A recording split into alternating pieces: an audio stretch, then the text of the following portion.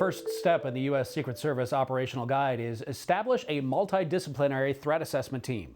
Welcome back. I'm Kyle Anderson. And I'm Holly Hollingsworth. In this step, we'll discuss some of the basic activities of a threat assessment team so that this information can guide you in selecting members of your team. We'll also touch on suggestions to help you determine your team's leadership, policies, meeting frequency, and record-keeping practices. But first, you can best establish a threat assessment team if you understand the threat assessment model the team will use to guide their work. The primary purpose of a threat assessment model is to prevent violence from taking place. It's used to evaluate the risk posed by a student or other individual and to uncover any evidence that indicates a threat is likely to be carried out. The implementation of that threat assessment model is based on 6 principles: prevention, context, investigation, facts, not traits, gather information, and is the student a threat? The first principle, prevention. Violence is oftentimes the result of a deliberate and detectable process, not happening because someone just snapped. Individuals who carry out acts of violence or make threats consistently develop thorough plans, determine targets, make maps, obtain weapons, and talk about it with someone or online. These actions may take place over days, weeks, months, or even years. This means acts of violence can be prevented if the individual is identified during the preparation phase. The next threat assessment principle is context. Understanding and preventing acts of violence requires a focus on the person and the context in which the threat was made.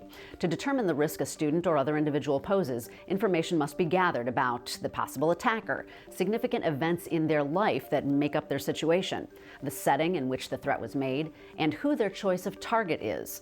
Once those 4 components have been investigated, those looking into the situation will have a sense of the greater context in which the threat was made and a better idea on how to follow up on the threat. Principle 3 is investigation. Like any type of investigation, there should be an attempt to accumulate reliable evidence that verifies all claims about the threat. This prevents any conclusions from being based on rumors or unverified allegations. Principle 4, facts, not traits. Each investigation should stand on its own. It is guided by an analysis of facts and behaviors specific to the given person and situation. Judgments about the individual's risk of violence are based on facts, making traits or characteristics of the individual insignificant.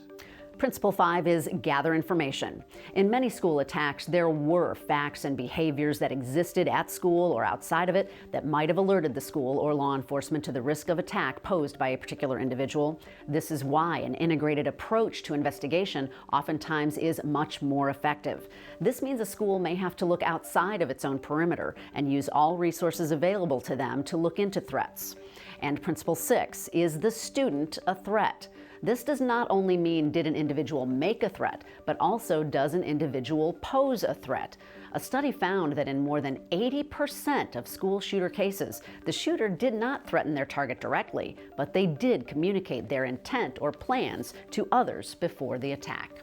This shows the importance of making judgments based on behaviors and communications rather than on whether the individual threatened their target directly. Of course, when a threat is made, every threat should be taken seriously.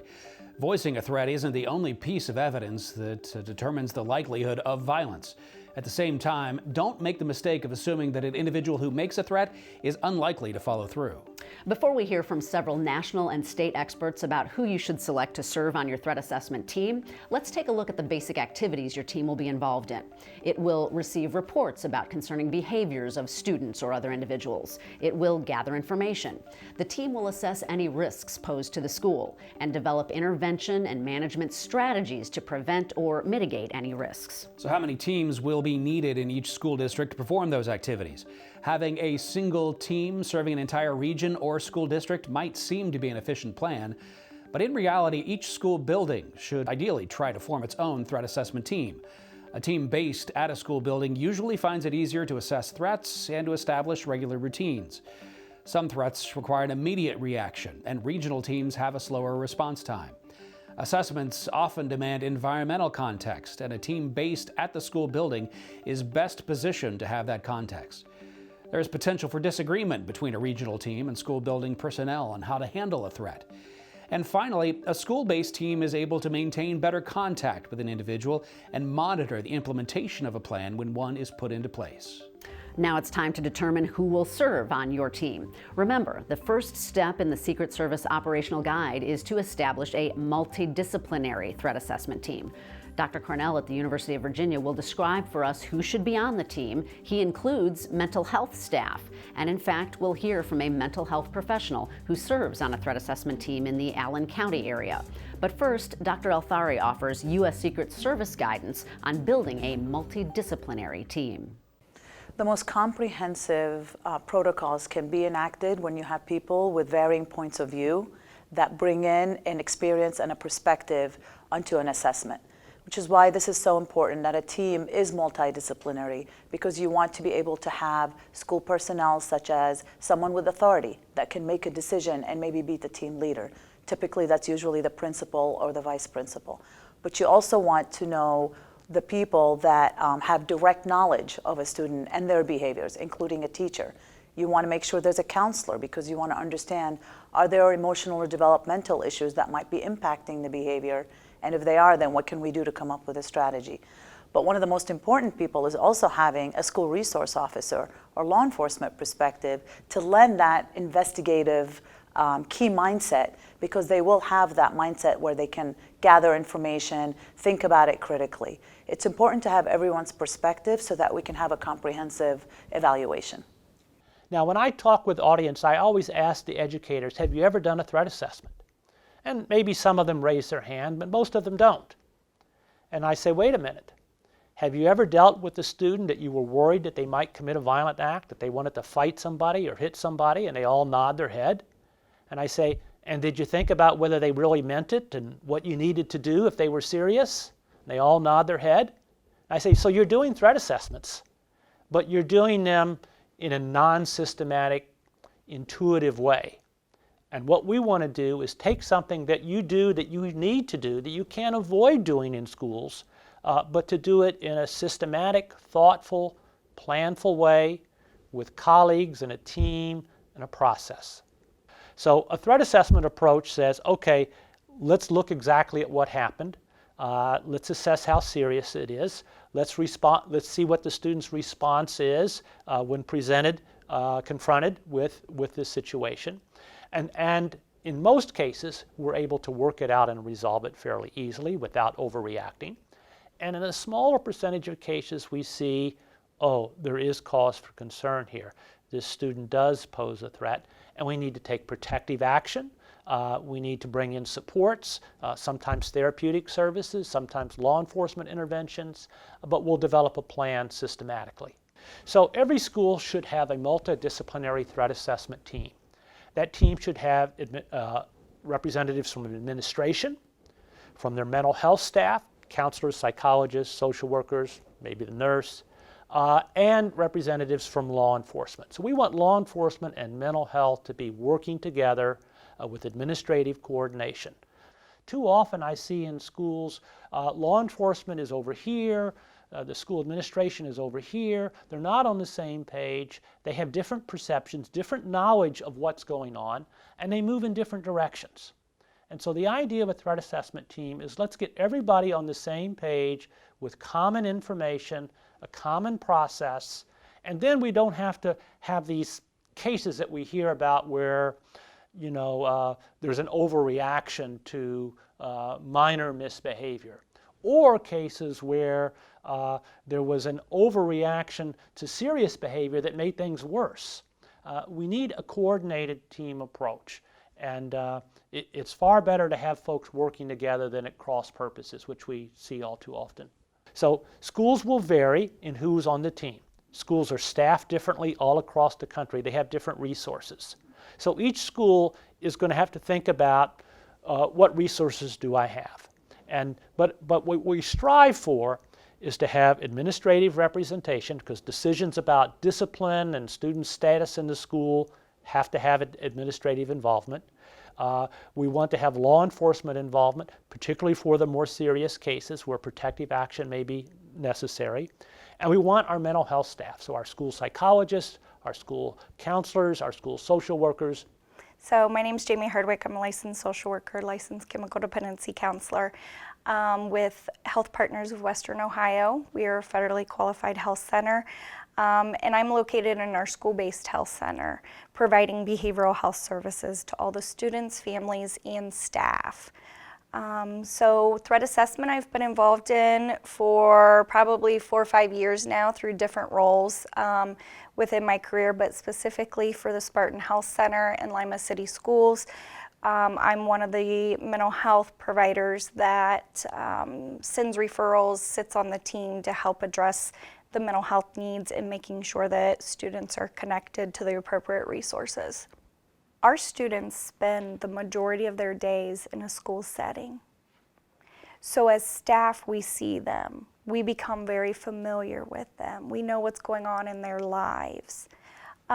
So I think it's a responsibility that we have to communicate when they're reporting things that they're not, feeling good about, or they're reporting that, I'm just having a lot of issues with this student being bullied. There are things that we see that are red flags way before a student's on campus with a gun that could be brought to threat assessment to intervene, to not only prevent a mass shooting or, the schools being, harmed, but we also need to look at the care that child needs. So what do they need? What is it that has them feeling the way that they do, that they have no other option but to present at a school with a weapon? Is it because they don't feel safe? Is it because they've had years of bullying and they're fed up? There's a whole host of things that we can look at. Your threat assessment team will be comprised of the people that need to be there to make sure that this child's needs are being met. So, as a threat assessment team, you're not only taking care of a whole school district to ensure their safety, but also to ensure that this child is safe and that it never ends up to that point, and that we're able to get them the help that they need, so then eventually they can be successful, and that we're not dealing with, somebody that's ending up in the criminal justice system because they've had some things going on or they have mental health concerns. So I think when we look at threat assessment and the need for that, it's, I think, imperative that school districts have it, because you're able to identify students as early as kindergarten, as early as preschool even, that probably need some type of intervention and help. And without threat assessment, they may go without that, and it may end up that they're at the school with a gun. As you've just seen, experts from various backgrounds agree that safety planning is always more comprehensive when it's performed by a team. To recap, threat assessment teams should include school personnel such as administrators, teachers, and guidance counselors. It should also have community partners such as law enforcement and possibly external mental health professionals. Keep in mind that most teams will consist of 5 to 8 people, small enough to permit close collaboration, yet large enough to be representative of the school and its community. Another important part of establishing a team is defining and assigning roles and responsibilities. Each person involved in this process should know their role and responsibility. One person needs to be designated the leader of the group. Often the leader will be the school district superintendent or someone designated by the superintendent. Law enforcement is a member of the team but will not lead the group. The only time law enforcement does take charge is when a law has been broken and the incident has become a legal matter. Dr. Althari and Dr. Cornell already made the point that law enforcement should be included on the threat assessment team. 2 other experts who we met earlier in our introduction segment are also strong supporters of this principle. Max Schachter, who lost his son Alex in Parkland, Florida, and Chief Dean Tendiglia of Kent State University. Before hearing from them, another expert weighs in. Stark County Sheriff George Meyer, who has incorporated threat assessment into violence prevention efforts in his community, discusses who should be included on the team. Well, I think it depends on the building and the makeup of the school district, what the perfect team is. And so that's part of bringing everybody together.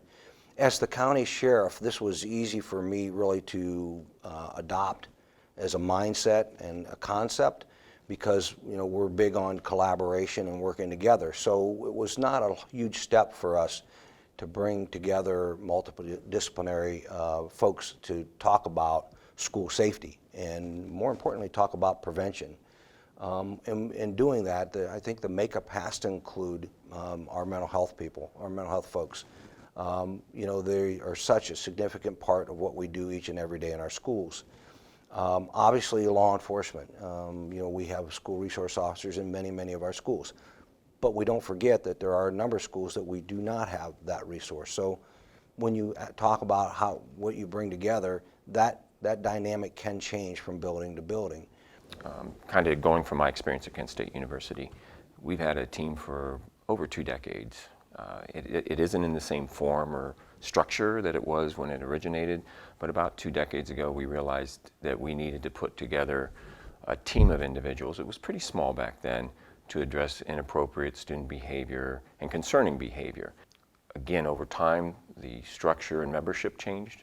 It started very small, then it grew very large, and we realized that there were too many people involved. It was kind of hard it was kind of unwielding, and a lot of other areas were involved that didn't necessarily need to be involved in true threat assessment. We were always trying to focus on threats of self-harm, harm to others, or harm to our university community. Again, we're not trying to get involved in low-level kind of just misbehavior on a college campus or in a school. So again, as our team developed, it then shrunk into its current form that we have today. So it's very organic over the last 20 years, how it's grown, kind of morphed into what it is today. Well, certainly I think all institutions of K through 12 and institutions of higher education should have a threat assessment team. I think all institutions that are dealing with students, particularly today when there seems to be an uptick in mental health issues around the country. I know that we have seen that nationally. We have seen an increase in mental health issues with our students. We do everything we can to support them, help them through those crises. Not everybody with a mental health issue is a threat or a problem, so we need to be prepared as a university and K through 12 institutions to help them and deal with them so that they get the proper support they need to get their education and be able to function in life. But certainly those individuals that exhibit other types of threatening behavior, again, threats to self, others, or the community, that's when it really kind of ticks into our threat assessment team and we start to look at those. So for that reason, I think all organizations of education should have some type of threat assessment team. And we're all different, but there are common threads. I do think there should be some law enforcement representation on those teams, not necessarily because crimes have been committed, but if we get into any situation where we think that there is the potential for threats of violence against themselves. Suicide is a big issue today, or others, or the community. The law enforcement person should be involved. Again, not to take legal action necessarily. If need be, we will, but to really lend their insight and expertise. Law enforcement officers have a great deal of training and are able to recognize behaviors and actions that maybe someone in some of the other disciplines aren't familiar with or don't deal with. And I think they lend a great amount of benefit to the team. So I think, again, in schools, I think that there needs to be an administrator involved and other personnel within the school. If there is some kind of psychologist, counselor, et cetera, they should be in those teams. We want to eliminate silos. That's why Alex was murdered and 16 other innocent individuals. There were 14 children and 3 staff members at Marjorie Stoneman Douglas that lost their lives, and this could have been saved if we had eliminated these massive information silos. And so that's what this threat assessments will do, and that's what the statewide threat assessment tool eliminates. The reason having taking a multidisciplinary approach is critical is because if law enforcement is not involved, we're here to help these children. But if law enforcement is not involved, all that information that law enforcement has is not involved in the process. So if only the school officials are happening, this was a major silo in Parkland. The murderer in Parkland was able to accumulate over 55 different disciplinary incidents in school. Law enforcement had over 40 different interactions with him out of school. But these silos of information, the school didn't know that law enforcement was going out to his house dozens of times, and law enforcement didn't know that he was having a tremendous amount of difficulty and was a violent individual in school. If these silos had been connected, I feel like Alex would still be here today. So that's why it's critical to have law enforcement at the table. If you're evaluating a threat in the school, by having law enforcement at the table, they bring in everything that's happening outside of the school. They bring in what's happening in his home life, because we know that all of these instances, these children, there is a trigger involved. They're experiencing either abuse, neglect, all kinds of issues at the home life that the law enforcement can bring to the table so that we can help these children, which is what we really want. Once you've identified who the members of your team will be, it's time to turn your attention to the protocols and procedures that your team will follow. Begin by putting into place a formal policy authorizing the threat assessment team to conduct assessments. This policy will include the purpose and scope of the team, the role of each team member, the threshold of concern for initiating an assessment inquiry or investigation, who will conduct interviews, the type of information that should be gathered, and who will be responsible for documenting the team's efforts. Protocols and procedures will also help you to define roles and responsibilities of the team members. The next question, consider how often your threat assessment team should meet. Of course, your team will meet anytime there's a concerning student or situation, but that should not be the only time the team meets. They should meet regularly to engage in discussions, reviews of procedures, and to follow up concerning students. Try to develop a flexible but regular schedule of meeting times. Meeting on a regular basis will allow that team to operate as a cohesive unit. As you establish your team, you'll also want to establish an organized record-keeping system. Every threat of violence will most likely constitute some form of discipline infraction that will need to be recorded, even if the threat is transient and resolved quickly. And if the threat is substantive, the threat assessment team will have to prepare a safety plan. The question of notes taken during the assessment and whether these notes are part of the student's record is a little more difficult. The short answer is, if the notes are routinely shared among members of the threat assessment team, they may be considered part of the student's record.